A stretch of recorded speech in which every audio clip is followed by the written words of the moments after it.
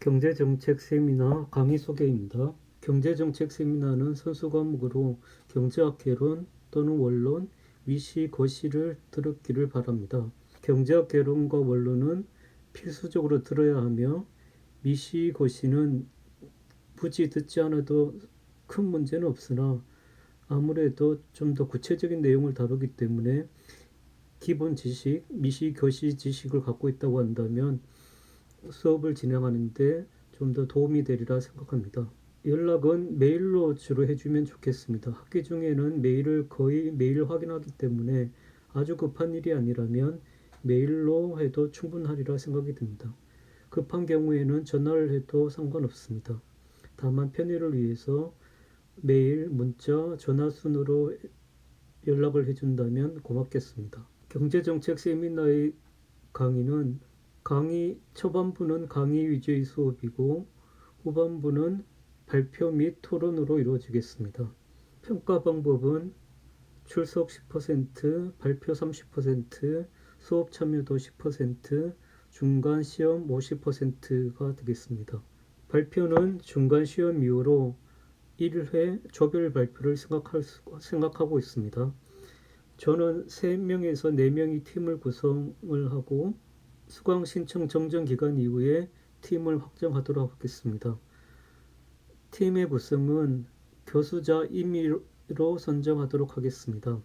현재 수강 신청 인원이 25명이고 4명 정도로 구성이 된다고 봤을 때 6팀 정도가 발표를 할 수 있을 거로 생각이 듭니다. 팀당 발표 시간은 1시간 반 정도를 생각하고 있으며 일주에 2팀이 발표하게 되겠습니다. 자세한 내용은 대면 수업이 진행이 될 때 좀 더 얘기하도록 하겠습니다. 궁금한 점은 메일로 보내주기 바랍니다. 다음은 이 수업과는 관련이 멀지만 제가 만들고 있는 블로그와 유튜브 채널입니다. 지금은 크게 자료가 없지만 앞으로 계속 추가해 나갈 예정이니 참고하기 바랍니다. 또한 참고할 만한 유튜브 채널을 적어 보았습니다.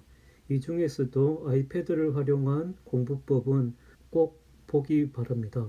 아이패드를 잘 활용한다면 공부에 크게 도움이 되리라 생각합니다. 나머지 부분들은 넘어가도록 하겠습니다. 교재는 강성진이 지은 경제발전론과 토다로 스미스가 쓴 발전론을 쓰도록 하겠습니다. 이 교재는 강의 계획서상에는 나와 있지 않았으나 방학 중에 우연히 보게 되었고 괜찮은 교재로 생각이 들어 추가하였습니다. 이 책들은 다양한 주제들을 다루고 있으며 우리가 발표를 하게 될 때 어떤 주제를 선정할 수 있을지 또 선정된 주제에 대해서 어떻게 접근할 수 있을지를 생각하는데 도움이 되리라고 생각합니다. 이러한 교재를 선택하게 된 배경에는 경제정책론과 관련된 마땅한 교재가 잘 없기 때문입니다.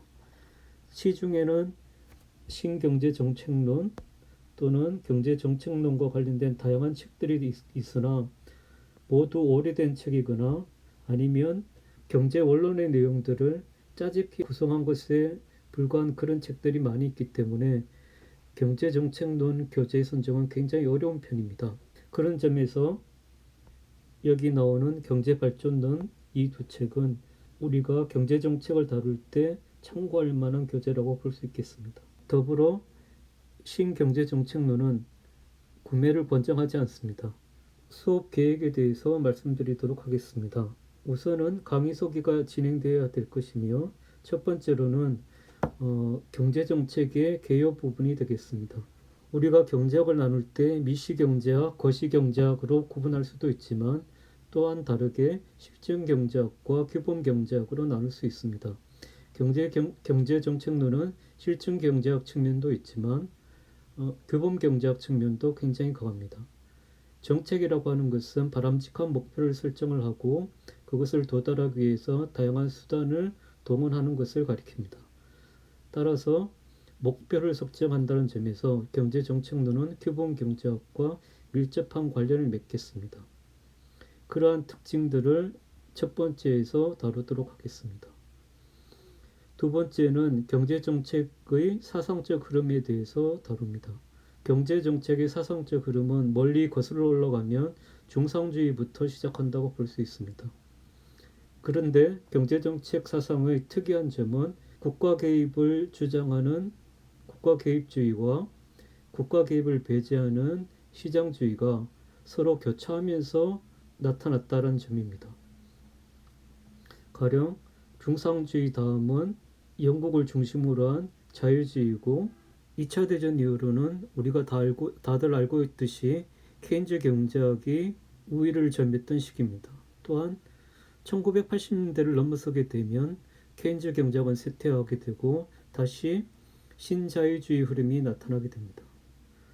그러나 2008년 글로벌 금융위기를 계기로 신자유주의도 점차 저물고 있습니다. 두 번째 경제정책의 사상적 흐름에는 이러한 문제들을 다루도록 하겠습니다. 세 번째로는 사회후생함수와 공평성이라는 주제입니다. 경제정책이 규범경제학에 밀접한 관련을 맺고 있고 규범경제학은 가치 판단을 전제로 한다는 점에서 공평성 문제를 다룰 수밖에 없을 겁니다. 이 공평성 문제는 미시경제학에서 사회후생함수로 나타나게 되는데 여기서 다양한 사회후생함수를 생각할 수 있겠습니다. 예를 들어서 복리주의적 사회후생함수, 레온티에프 사회후생함수를 생각할 수 있겠습니다. 네 번째로는 시장경제하에서 정부 개입의 정당성을 다루도록 하겠습니다. 정부 개입의 정당성은 미시경제학을 생각해 볼 때 시장 실패에서 비롯된다고 볼 수 있고 거시경제학을 생각한다면 유효수요 부족을 생각할 수 있겠습니다.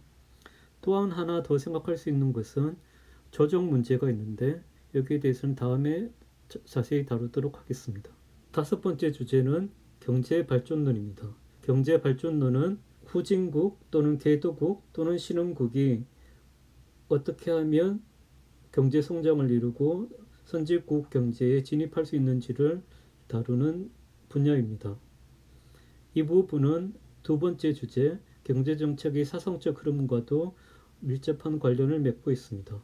경제발전의 주요한 흐름을 보면 경제발전을 위해서는 정부 개입이 필요하다는 주장과 그렇지 않다는 주장이 대립되고 있습니다.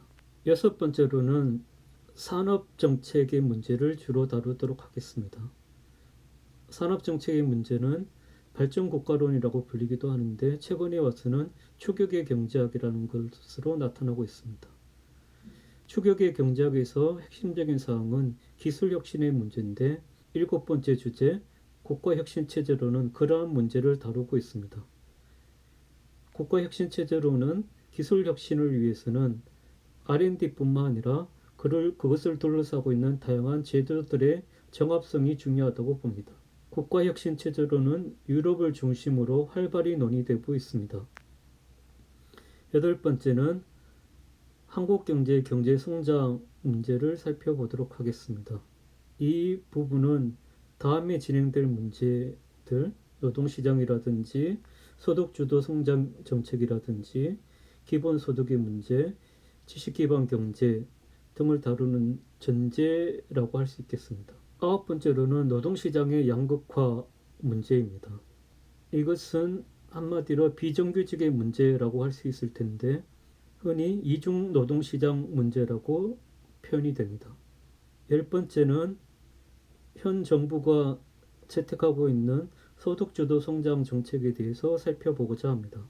이것은 단기적인 관점에서 한 정부의 경제정책을 보려고 하는 것이 아니라 좀 더 길게 봐서 한국 경제 성장 전략의 변화라는 관점에서 살펴보고자 합니다. 11번째는 최근 많이 논의되고 있는 기본소득의 문제를 다루고자 합니다.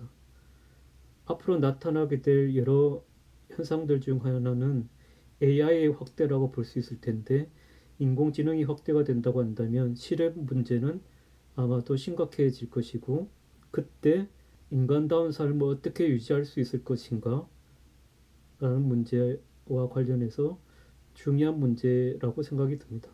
12번째는 지식기반 경제라고 되어 있는데 이 부분은 현대 경제에 와서 매우 중요해지고 있는 지식, 정보 문제를 중심으로 해서 앞으로 나타나게 될 경제 변화가 어떤 것이 있을지를 살펴보고자 합니다. 전체적으로 보면 중간 시험과 기말 시험을 빼게 되면 우리가 가용할 수 있는 시간은 13주고 그 중에 6팀이 발표한다면 강의는 10번 정도 가능하겠습니다.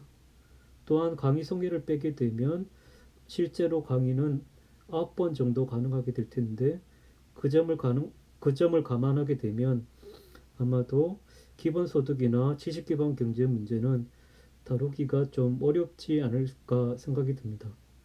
이 부분은 차후에 좀 더 얘기하도록 하겠습니다. 앞에서도 얘기했듯이 발표는 중간 시험 이후에 진행하도록 하겠습니다. 발표 주제와 발표 시점은 차후에 강의실에서 수업이 진행이 될 때 구체적으로 정하도록 하겠습니다. 이상 경제정책 세미나의 강의 소개였습니다.